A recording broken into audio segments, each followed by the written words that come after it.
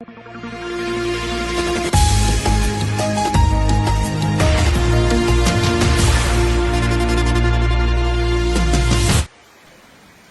الطقس في عموم العراق بعد تنبؤات هيئة الأنواء الجوية العراقية. السلام عليكم ورحمة الله تعالى وبركاته.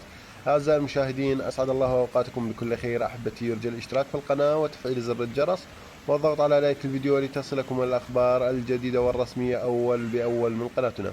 أحبتي، بعد أن أكدت هيئة الأنواء الجوية العراقية بالتنبؤات والله أعلم بحدوثها أن هنالك رياح سوف تحدث في بعض المناطق الوسطى والشمالية، وتحمل معها بعض الغبار والأتربة في هذا الأسبوع وفي أيام هذا الأسبوع، وتحدث هذه كما قلنا في المحافظات الوسطى والجنوبية من العراق.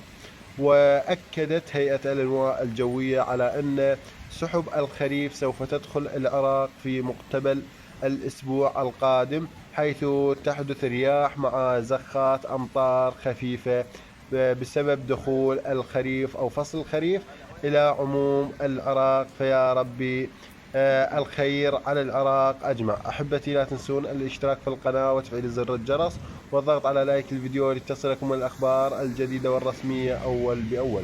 أحبتي، هذه التنبؤات الله أعلم بحدوثها، ولكن هذه تنبؤات هيئة الأنواء وهيئة الأرصاد الجوية العراقية.